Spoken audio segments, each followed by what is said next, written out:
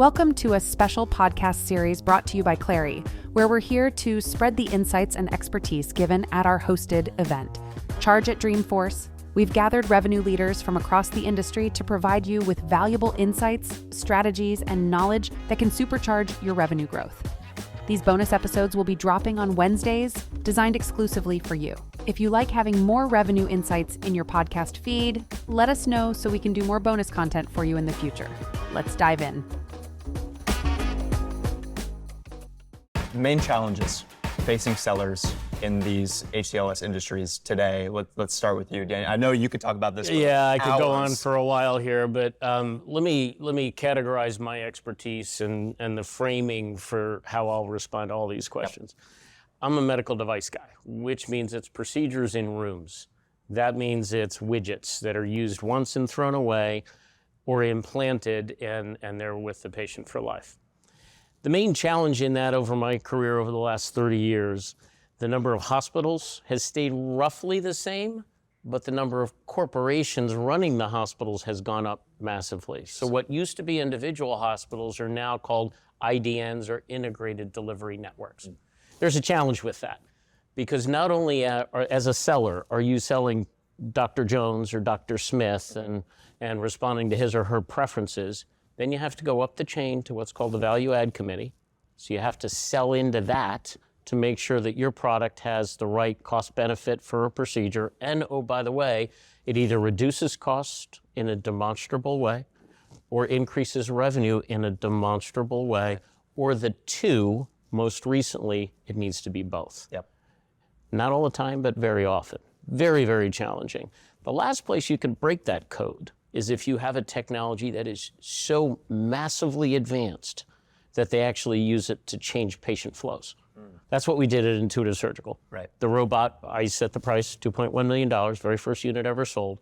We moved patient volume with that technology. So it became a FOMO. I need one, no, I need one, and it just went rampant that way. So the number of hospitals has again stayed about the same. Now IDNs are controlling large volumes of hospitals. In that same time period, the number of ambulatory surgery centers has gone from something like 1,000 to something like 12,000. Whoa. So what does that mean for a sales force? 60% of a sales force's time in this industry is spent driving. Mm-hmm. So they're going to and from procedures. And let me give you a sales day for a moment. If you're in orthopedics, you're probably up at 5:30, 5:45 in the morning.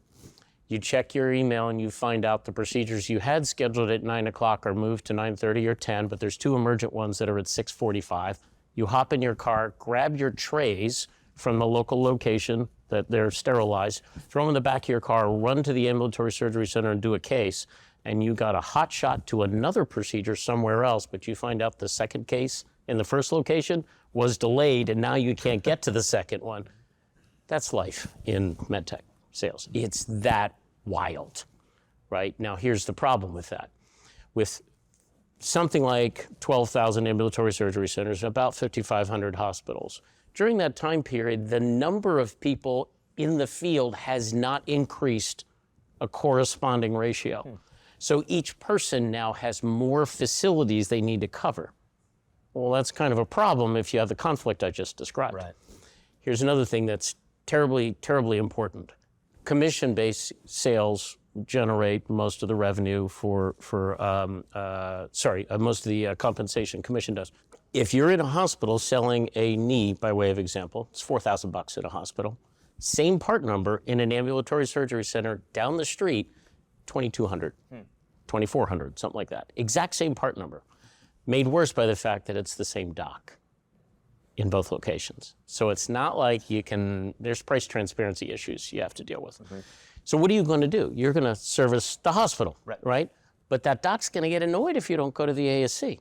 So now you got to go to the ASC, and you've got to drive.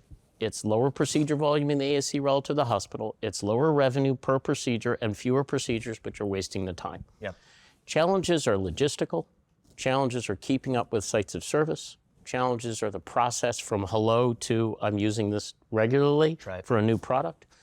All of that is a heavy, heavy burden on a field team that literally keeps the population alive and well, quite literally. Yeah.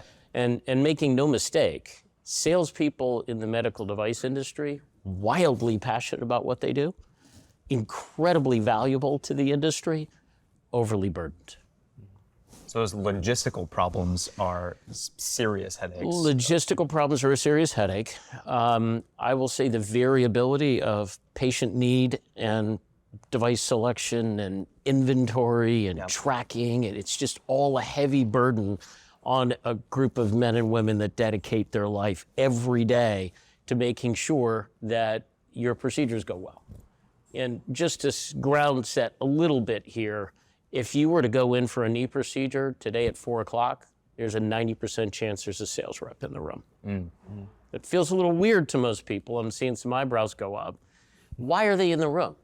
Not because the doc doesn't know how to implant a knee, but because they might be using one of 10 knees from the company. I'm going to pretend for a moment, say it's J&J DePuy. They might be using one of 10 knees from DePuy, but they're regularly used to using Stryker knees.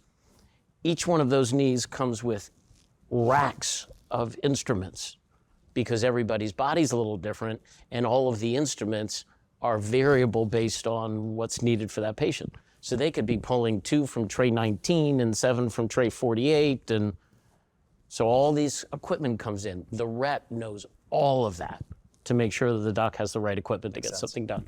That's just orthopedics. That's one of the more complicated ones. It's across the entire industry, but I'm using that illustratively. Yeah, useful. And because of that, the reps have a lot of logistical challenges, and there's a lot they need to care for. Let's talk, Omar, about some of the tech challenges. Sure. Because magnifying or multiplying those logistical issues are the tech or tooling or lack thereof that sales teams don't have that makes life doubly, triply complicated. Talk to us about what you see there from a digital sales maturity standpoint. Yeah, absolutely. I think like a lot of this goes back to access. Access both to sell a new product, but also access to supporting the account.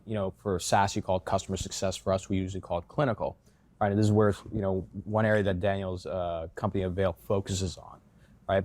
When you have a lack of access, right, the sales reps have more time, but they also don't know how to get their job done. Yep. Not only the logistical challenges, let's say, with servicing account, but more specifically getting deals into pipeline, right? And because we've had these scaled up complexities, not only in terms of the deal, because it used to be back in the day, 20, 30 years ago, my father was a surgeon. I used to just walk into the hospital, go back to the OR and say, hey, I'm here to hang out with Dr. Khateeb. Nobody asked me who I was. Yeah, sure, just grab some scrubs. And I just walk back 13 years old, oversized scrubs. Not happening. Yeah, not happening today. Not happening today, exactly. Walking backwards. Yes, exactly. Yeah, seriously. And so when it comes to the sale, it used to be an event, right? You go, you talk to the doctor. That's why they call it carrying the bag. You show up, you go to the doctor's lounge, hang out. Doctor comes out and says, hey, doc, I noticed you have 3 of these procedures, and what a coincidence. I got 3 of these things that are just for that procedure. Doc goes and does it, and then hospital gets billed, and that's it. But now, those days are gone. It's so much more complicated. Even when the doctor says, I want to use this product, there's supply chain, there's procurement, there's all these committees, not to mention the fact that, so Daniel mentioned that you have these IDNs and corporations who are watching everything. And so now that you've introduced all this complexity to the deal, right? We all know how complex it is to sell these days. You need more complicated more sophisticated processes to manage these things, right? However, I hate to say it, and this is part of the reason why I started my company, a reason why that Daniel's up on this stage, is that our sales processes and how we run revenue in the industry has not changed. There are, and I will mention them, Fortune 500 companies that are multiple billion-dollar market caps that are still running these processes through spreadsheets, right? With very little quality controls on it, And as a rep, think of it like this. In the SaaS world, what's nice is that you have the sales process broken up. You have SDRs for outreach, you have the AEs, you have a sales engineer. For medical devices, that same person that Daniel just described, who's in cases doing these things, they're also required to prospect, do demos, find new business, all these things. And so that leaves very little time to actually get information and data into a CRM if one exists. Let's just say it's a spreadsheet. And so if a day goes by, whatever, a lot of reps, they just say, hey, I'm gonna update this stuff by the end of the week. By the end of the week, that number one may have turned into a 1.5 or something else. And this compounds over time. And then sales leaders and marketing leaders end up fighting every single quarter because everybody's freaking out saying, we got to get numbers to the boards because what's our revenue going to be like this quarter? What can we predict for pipeline next week versus next year versus et cetera? And then you get the sales team together. Everybody's reporting the weather. It's very subjective based. And that's kind of the, the way the industry is right now. Yep. So we have sellers spending 60% of their time traveling, not selling. We have logistical issues that are requiring or creating more headaches. And then we have data issues or the lack of data capture that are slowing teams down. What do you solve first? How do you approach this? If you're a sales leader at one of these companies, what do you do? There's some whack-a-mole going on. Can I jump in on this? Yeah, I think the first thing, and again, this is why like I really appreciate what Avail's doing. I've never worked for Avail. I wish that Avail existed when I was in the industry, right? But I think the first thing is like, how do you make the cases and the reps accessible to the hospital and the people they need to help and also influence at any time during the day? Because back when I was, head of marketing, it was a whole field day to figure out how do we get a rep in a room versus, let's say, R&D needs to go, et cetera. So I think that's the one thing on the clinical success side, but also on the seller side, and again, I'm gonna say some things that are shocking to people, but in our industry, it's normal. It was very normal, and it still happens today, that if you're a rep and you're like, I gotta sell to the chair of cardiothoracic surgery, I'm going to pretend that I'm gonna hang out in this bathroom and wash my hands like 50 times until I know for a fact that his case is gonna end at this time. They're gonna walk in and I'll just be like, what a coincidence, right? So we can't do that anymore because the hospitals are not allowing it. So how do we make those sellers able to scale their sales processes remotely? And then on the other side is the clinical success side or customer success. How do we scale that ability so that a rep can be in a room no matter what? Because not everybody works in San Francisco. Some of these cases are in the middle of nowhere. Right. And accounts are like an hour, 2 hours apart. I have a Instagram channel called All Hail Medical Sales, and the reps send me videos and everything. Sometimes it's very common for a rep where in the morning they're in, let's say, since we're in the Bay Area, they're in San Francisco, and in the afternoon they got to be in San Jose, maybe Santa Cruz to cover something, and they don't know what time they're going to get home. So those are the big complexities that we have. How about you, Dan? So I'm remembering a statistic that I can't attribute to the company that provided to me. That wouldn't be appropriate. But they did a review of multiple divisions in the U.S., forgetting international for just a moment. They came back and told us that 11% of a sales rep's time is spent selling. Mm-hmm. Oh. Yep. Just let that number just settle in for you. 11%. 60% in the car, 11% selling, you got a whopping 71. What of the other 29? Junk. Mm-hmm. Just pure junk. Junk that software ought to be able to take care of, frankly. Okay, we're focusing on the 60%, and we're helping them increase their revenues by getting them into rooms when they couldn't otherwise. Yep. By way of example, one of our very important partnerships is with Medtronic Neurovascular. Largest neurovascular business and the largest medtech company in the world. We have an exclusive partnership to put our units in. Just a very quick summary. We put hardware in rooms that allows people to video themselves in, bring themselves in remotely, and see everything in the room. They can control cameras and see images that are necessary during the procedure. I'll stop there, it'll get too clinical. But that basic notion is fully solved in. Yeah. There are skeptics. Those folks who've been in the business forever, I'm not doing this remote thing. I don't trust this thing. We had one of those. Well, one of those just covered a case at 7 o'clock in the morning that he couldn't have otherwise covered because he was somewhere else. They'd have lost business. $20,000 or so of business, which in the med tech space, that's a big case. That's an important case. It's a meaningful chunk of revenues. And they wouldn't have supported that physician, which wouldn't have gone too well because that physician needed him. Right? That's what Avail's all about. So we're kind of taking care of that 60%.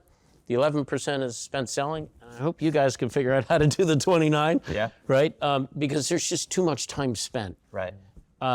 Inventory tracking's on paper. Barcodes. It's just a bunch of silliness that, to me, software ought to be able to solve. Yeah. The prospecting process is very, very complicated. And it gets more complicated because of the IDN. Excuse me. It also gets complicated Because if you're selling cardiovascular products and you're part of a large company that also has something in orthopedics and something else in general surgery, that whole bundle is sold at the corporate level. Yep. So you might be trying to sell a widget at X dollars per unit, but at the corporate level, they're selling it at X minus, and you can't control it as part of your process. Right? Because you're just that sales rep down at the street level. Right. I used the word just, I shouldn't have. That's what your function is. That's at that level. But at the corporate level, there are deals getting cut that impact what you have to do every day. Right? So that complexity adds into it also. Something that we have done, that Clary's focused on for technology companies, is standardizing the process, standardizing the sales process and governing that process. The way that you two are describing the sales process for HCLS, it seems like it's never one size fits all, but it seems like there are certain ways that you could streamline things, create more of a repeatable process out of it. So Omar, over to you. Where do you see the opportunities to add a bit more governance, add a bit more standardization to the sales process? Yeah, absolutely. So for the sake of using our imaginations, imagine a world where a lot of companies are using, let's say, Avail. So that 60% time that the rep is usually driving around, let's just say it gets cut down to, 10%, 20%. So they have, 50% more time back, right? At the end of the day, when these companies, they put certain business roles, we want to do 10 million in revenue this quarter. And to get to that 10 million, we have these objectives, X amount of meetings, et cetera. The only thing the rep actually controls is their daily and weekly activity. That's it. So that percentage of time that they just got back, these reps don't know what to do with it, right? And so I think, when it comes to processes, when it comes to revenue and collaboration across the organization, just because the rep has time doesn't mean they want to spend it manually entering things into Salesforce. But then on top of it, a lot of that stuff needs to be automated. It just has to. Like, even if you're very good about data entry, like, human bias is there for a reason, and for one rep, that's okay one time, but then that stuff compounds over time, and now your projections are way off, and this is why the board gets really pissed every quarter, because it's like, they don't know what to expect. Every board meeting is like, what surprise is going to happen? And so I feel like with that time, you introduce software and technology to essentially automate these processes, automate the activity, and that way the rep, who, for me, I look at sales reps, especially in our industry, like athletes, they want to get better, and so you have to give them the right activities that are objectively measured to give them the guidance as to where should they focus and how should they focus. If you do this right over time, right, I hope after like a year, revenue becomes a true process where you can actually predict when something's going to close, and then look at a board and say, you know what, this deal has been there for X amount of time with this little touch point. Like, we have to put more effort there. Too many times, like, especially in the world of capital equipment, like robots, things that are really expensive, essentially. When you have deals, when I used to run deals, like, having 2 deals to run, there's so many people to deal with. Most reps have more than 2 deals, right? Like, they have to have 5 or 8 or 10. There's no way on planet Earth somebody can manage that in their head. It's just impossible. So you need software to create this process to tell you, these are the activities you should be focusing on. These are the accounts that are at risk. Here's where we should put our attention. This is where we should put resources. And this also helps with marketing, because marketing has a budget and they don't know where to spend it. Sales just comes and says, we need this or that, right? And then that becomes this, friction with marketing, because sales is being subjective, very emotional. They don't have data to guide them. And then marketing, let's say, spends money on certain events in one place when it should have gone somewhere else, You're saying something similar, Daniel? Well, actually, my question for you is more about, we're introducing these new technologies. You're bringing the virtual experience into the operating room. That's what Avail is doing in large part. Omar's talking about ways that we can automate data capture and relieve some of that manual data entry burden. Are you seeing resistance from sellers to that kind of pretty radical change? Yeah, I mean, I would say the resistance is the lack of familiarity and the comfort with the status quo. So what we find at Avail is there's, as true with any new concept, there are early adopters. Then there's the late earlies, right, that start to smell their way into the kitchen and want to start eating a little bit. Then there are the folks that just plain need to hands-on several times before I'm gonna, that rep I described in that particular category a moment ago, was a non-believer. Great performer. One of those folks that just somehow gets all that stuff done that I described. Right. But late adopter. Yeah. From the mindset of it. And after one experience, said, wow, you know what, that was great. Not sold yet, right? Still needed a little more. Got another one. Oh, well, that's pretty good too. And we're starting to chip our way into it. Right. There is my status quo has worked for me my entire career mindset that I think needs to get broken, candidly. So I do see some resistance in that manner. The other thing that's true in med tech, because of what Omar said a little while ago of I'm going to hang out in the washroom or I'm going to hang out in the surgeon's lounge, the in-person matters a lot to folks. Yes. Okay. So for Avail, we run into that you're not in person if you're remote, definitionally. So what happens when my competition is in person and I'm remote? So lots of people have challenges getting over that notion. But if you're remote, you're actually in there, you're just on the screen. That's how we describe that. And we get folks over that problem. I want to touch back on something you said before because I don't want to lose a point. You had asked, is there a way where there's some standardization that could happen? The answer to me is yes. ASCs need to be managed a certain way because of the lower volume procedures per site of service. That's what we call it in the industry, is site of service. One ASC is a site of service, a hospital is a site of service. Because of the low relative volume of the site of service and the lower selling price for the same part number there versus an acute care hospital that we're all familiar with, that should be sold differently. You can't bring the cost structure from selling Stanford to a joint location, joint replacement location down the street that does 100 procedures a year. You can't bring that cost structure there because you'll lose money. So there has to be some other way of managing that. Not only from the standpoint of support, which is what we do, but from the standpoint of sales process. Right. There has to be another way. And that's an entity that should have some formulaic things that can be built around it software-wise. Sure. My head, right? So that should be there. Capital equipment's another one. That's very, very different from widgets that are used one time. The selling process is entirely different, right? And there's some folks actually from my team right here who have experience in selling capital. And there is a methodical process, multi-layered. It requires lots of management. And right now, it's not necessarily done in the best way from an automation standpoint. Selling to an individual hospital or a small group of hospitals, totally different than selling to Common Spirit or HCA, the two largest hospital chains in the country. There are different people that service those. There are street level folks, and then there's what are called corporate accounts. That interaction is a wholly different way of selling. That's a model. So my point being that there are a couple of different types of categories that can help. But on the discouraging side, I'm familiar with a very large med tech that has Salesforce. I'm going to say 90% of their divisions, it's used in about 30% of their divisions. Brutal. They paid for it. They have on-staff people trying to integrate.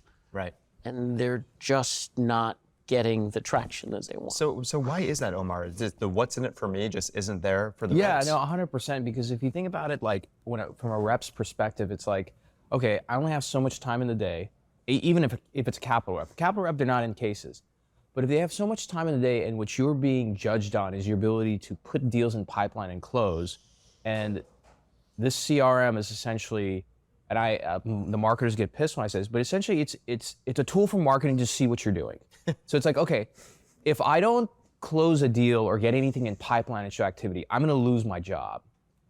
If I don't get things into the CRM and data-wise, like I'm gonna get yelled at by marketing, my VP's gonna have a conversation with me, and then like an associate's gonna just do it for me. So I'm just not gonna do that, right? And I think probably because the big thing is the value's not there. And again, we've talked about this, like, there's a sales, I forget, a salesman who we always say like selling is not an event, it's a process. But I think in this case, when you make revenue a process, right, it becomes more objective. When it becomes an event, it's a subjective thing that everybody gets together on once a quarter. They look at a board and they start debating what should be done, and it's being triaged. So it's like, oh, we got to close this deal, and like we're having these issues. So then marketing tries to triage and throw money at it.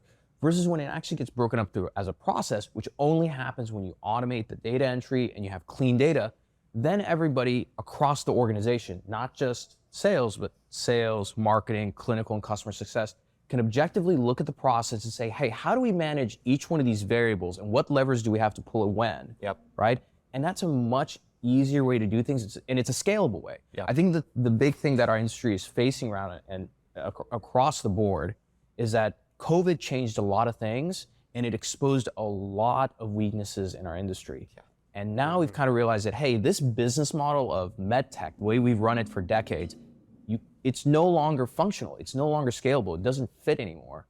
And so how do we adapt and change that? So again, like going from that event in a physician's lounge or at a conference where you sell to more of a process. Whether it's like a little widget or a piece of capital equipment, it's all become a large, more collaborative process, and it's more complicated. So we're talking a lot about how we can streamline the sales rep experience. We can drive more efficiency, more predictability at the board level, at the executive level. What about the patients? What's in it for them? How do these advances and how do this adoption of digital sales technology, how is it better for It's a great question. people that are on the operating team? I've got a very, very deep opinion that all of this logistical stuff we're taking care of at Avail and all of the process things that we don't take care of, but I know you guys are going after, hurts patients because it keeps sales reps out of the room. And just fundamentally, you can't help a patient if you're driving, right? I mean, you just can't do that. You can't help a patient if you're banging out a spreadsheet. And, you know, I've been in the industry a really, really long time. I've seen literally thousands of procedures across every specialty you can possibly think of. I've seen sales reps make some recommendations to physicians about device choice that have benefited the patient on the table. In ways that have gone from better outcome to saving a life. I've been in those rooms, I've watched it happen dozens of times. What if that rep wasn't there that day? If he or she were driving or he or she were in her home office working on some spreadsheet because the stuff's not collected for them in a more cost or a time-saving way. That's insane. And I think every one of us would agree that for ourselves, for our family members, I'm just telling you, you want the rep in the room. Be it virtually, be it in person, whatever you want that rep available because they're knockout, great at what they do. But if they can't be in the room because of some stuff that can be managed by software or some stuff that can be managed by hardware and software in our case, so they don't need to drive so much, that's kind of a problem. Now, to be clear, there are loads of procedures where they're frankly not needed in the room, and they're there anyway because they're trying to keep relationship. They're not needed in the room because clinically it's a straightforward procedure, the technology's straightforward, the procedure's straightforward. There's no need for them really to be there except for when they are needed. And the problem is you don't know between patient 1 and patient 2 on the same day who have the exact same procedure whether or not you'll be needed. So as a rep, you're caring for that customer, that surgeon, that interventionalist, and whether or not he or she needs you in a moment. If they turn around and you're not there, that's a problem. Right? And that's the mindset that the reps go through. And in some respects, I feel for them because the industry has not evolved with tools to help them have more time to service their customers.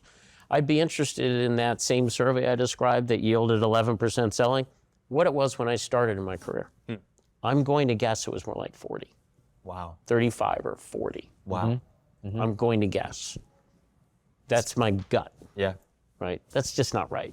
So we have to solve it. Literally saving lives. This is what's at stake here. And Omar, anything to add to that same question? Like, let's put on the patient lens and talk about benefits for them. And just so people understand, like why is Daniel saying that like you want the rep in the room is that, you know, surgery has gotten it gets infinitely more complicated over the years because new technologies get introduced. You know, things that used to be commonplace, like, oh, it's common for a patient to have this kind of infection, et cetera. It's no longer, you don't have to have that anymore. But when you introduce all these new technologies and ways of managing a patient, no doctor can manage all that. And so a lot of these reps, and I worked for a company like this, we became hyperized specialists. We almost went through medical school practically to understand one specific area of the procedure, every way that it can be better, going wrong, et cetera. Yep. And there, of course, like in any industry, because someone once said is like, oh, well, what if the rep's trying to make quota? They're gonna recommend their product. There's always a rep like that, but the majority of our industry, and I've worked with a lot of reps, maybe not thousands, but definitely in the hundreds of them, will oftentimes recommend a competitor over theirs just to make sure that, I'll give you a great example. I don't want to mention her name, but there's a young lady out of South Carolina. Her company's product got recalled, okay? And so she's not gonna make quota. That week, and I talked to her on the phone, she spent the entire week taking her competitor into every one of her accounts and introducing them to make sure that that competitor's product was used instead, right? And so again, like, I think that the more we're able to automate these processes, because again, these things aren't gonna go away. Like the complexity of selling into an IDN, let alone even like a standalone hospital, which by the way, there's very few of those these days, aren't going away. But how do we make it so that all these things are automated, the data is captured, and the rep is able to focus on the most important thing, which is growing the business, driving recurring revenue, and then more importantly, helping patients at the end of the day. Yep. And I think like something like Clary, aside from closing deals, where it could really help is that once a product is in, it's very hard to predict our recurring revenue, which is like the reuse of the product. So how do you get the right data and understand, oh, you know what? We need to give more attention to this account over that account. This is how we can allocate budget. And the whole thing becomes a much better process versus this thing where it's like once a quarter sales and marketing gets together and then they like, go head to head on it. And it's just a mess. Like it really, really is a mess. It doesn't help anybody. At the end of the day, the people that end up suffering as a result is usually patients because they don't get the technologies that they want. And I want to add like one other thing just so people understand this. The reason why this happens this way is that medicine and physicians as a whole are pretty much followers. Like if you decide to do something new and innovative, it's very dangerous. You might kill something.